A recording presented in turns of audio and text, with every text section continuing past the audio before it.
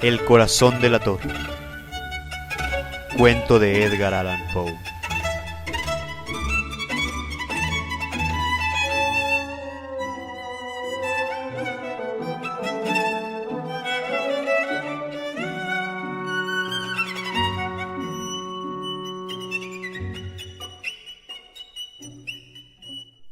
Es cierto. Siempre he sido nervioso. Muy nervioso, terriblemente nervioso. ¿Pero por qué afirman ustedes que estoy loco? La enfermedad había agudizado mis sentidos, en vez de destruirlos o embotarlos. Y mi oído era el más agudo de todos. Oía todo lo que puede oírse en la tierra y en el cielo. Muchas cosas oí en el infierno. ¿Cómo puedo estar loco entonces? Escuchen y observen con cuánta cordura, con cuánta tranquilidad les cuento mi historia. Me es imposible decir cómo aquella idea me entró en la cabeza por primera vez, pero una vez concebida, me acosó noche y día.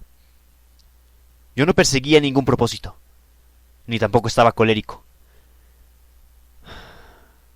Quería mucho al viejo. Jamás me había hecho nada malo. Jamás me insultó. Su dinero no me interesaba. Me parece que fue su ojo. ¡Sí! ¡Eso fue! Tenía un ojo semejante al de un buitre, un ojo celeste y velado por una tela. Cada vez que lo clavaba en mí, se me helaba la sangre. Y así, poco a poco, muy gradualmente, me fui decidiendo a matar al viejo y librarme de aquel ojo para siempre. Presten atención ahora, ustedes que me toman por loco. Pero los locos no saben nada. En cambio, si hubieran podido verme, si hubieran podido ver con qué habilidad procedí, con qué cuidado, con qué previsión, con qué disimulo me puse a la obra. Jamás fui más amable con el viejo que la semana antes de matarlo. Todas las noches, hacia las 12, hacía yo girar el picaporte de su puerta y la abría. Oh, tan suavemente. Y entonces, cuando la abertura era lo bastante grande para pasar la cabeza, levantaba una linterna sorda, cerrada, completamente cerrada, de manera que no se viera ninguna luz, y tras ella pasaba la cabeza.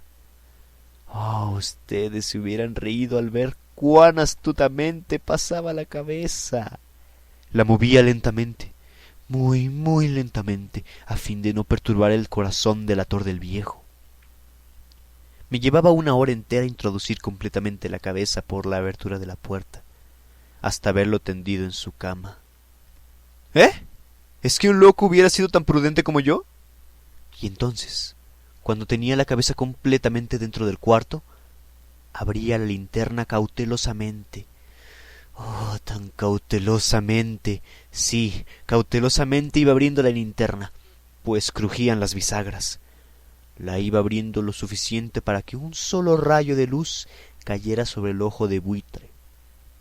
Y esto lo hice durante 7 largas noches, cada noche a las 12. Pero siempre encontré el ojo cerrado. Y por eso me era imposible cumplir mi obra, porque no era el viejo el que me irritaba, sino el mal de ojo. Y por la mañana, apenas iniciado el día, entraba sin miedo en su habitación y le hablaba resueltamente, llamándolo por su nombre con voz cordial y preguntándole cómo había pasado la noche. Ya ven ustedes que tendría que haber sido un viejo muy astuto para sospechar que todas las noches, justamente a las 12, iba yo a mirarlo mientras dormía. Al llegar la 8ª noche, procedí con mayor cautela que de costumbre al abrir la puerta. El minutero de un reloj se mueve con más rapidez de lo que se movía mi mano. Jamás, antes de aquella noche, había sentido el alcance de mis facultades, de mi sagacidad. Apenas lograba contener mi impresión de triunfo. Pensar que estaba ahí, abriendo poco a poco la puerta, y que él ni siquiera soñaba con mis secretas intenciones o pensamientos.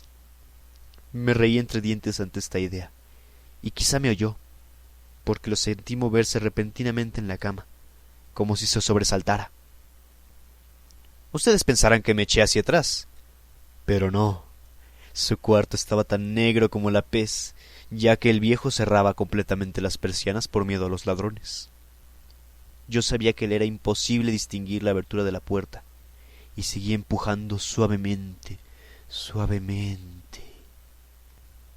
Había ya pasado la cabeza y me disponía a abrir la linterna, cuando mi pulgar resbaló en el cierre metálico, y el viejo se enderezó en el lecho gritando: —¿Quién está ahí?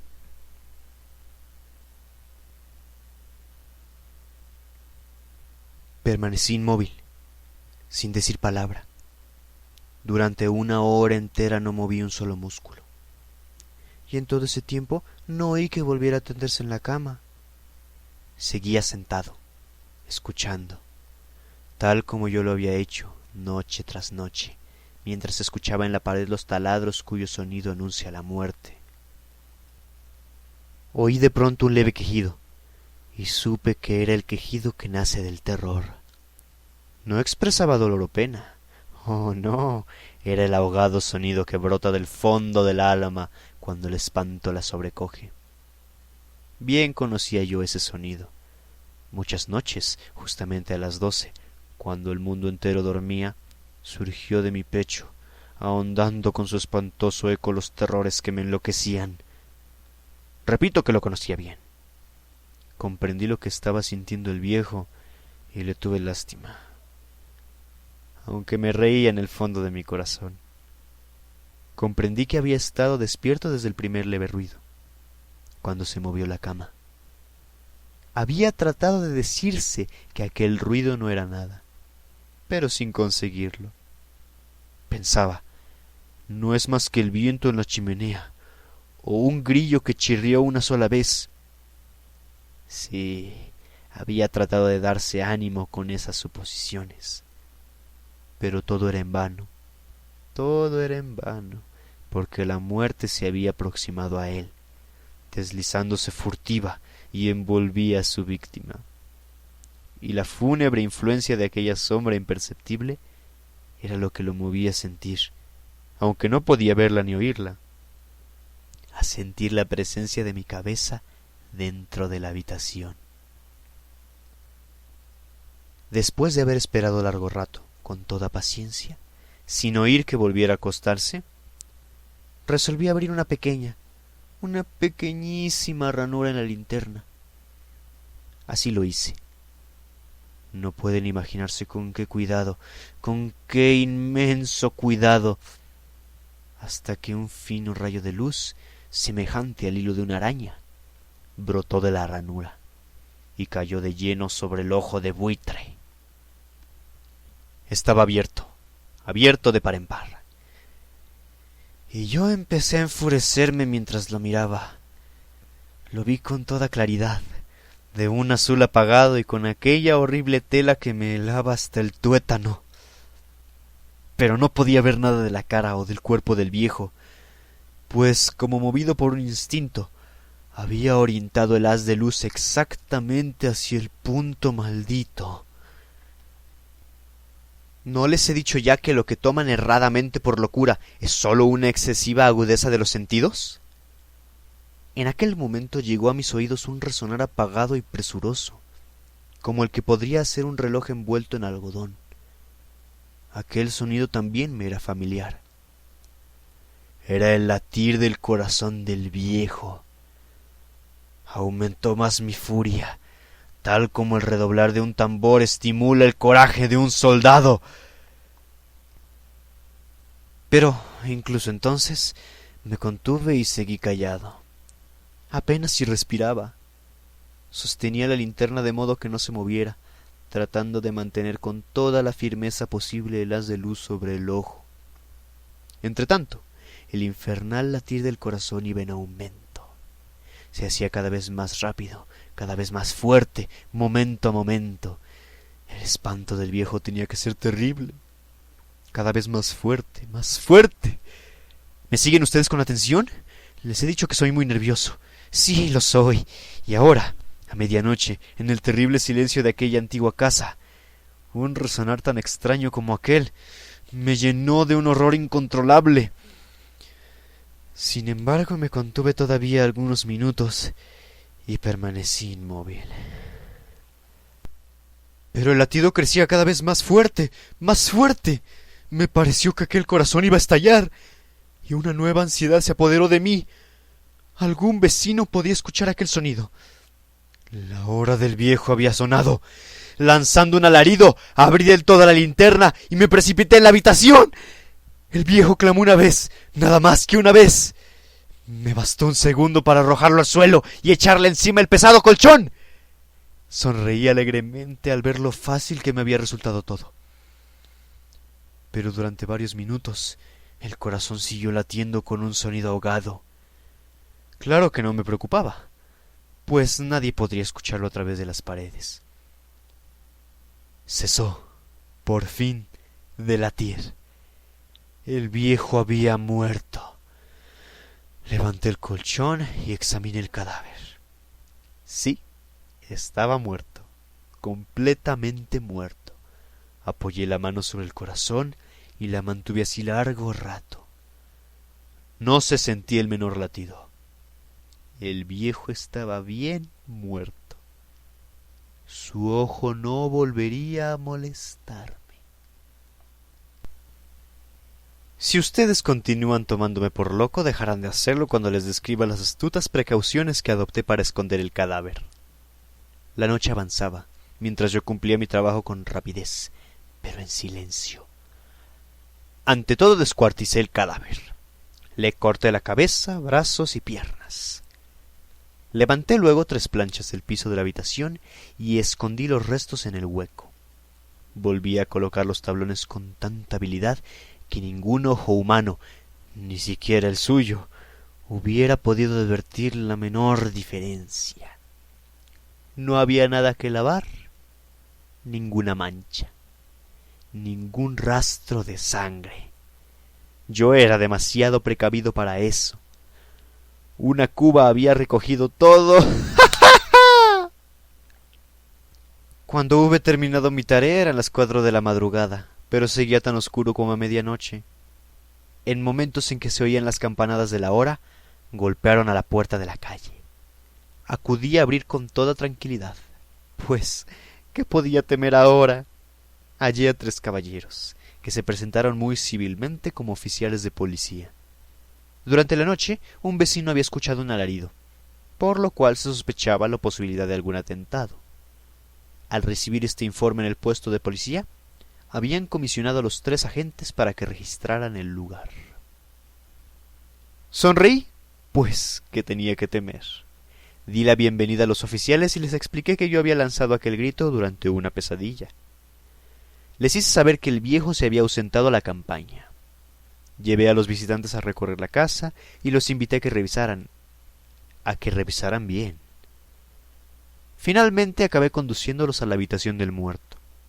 Les mostré sus caudales intactos y cómo cada cosa se hallaba en su lugar.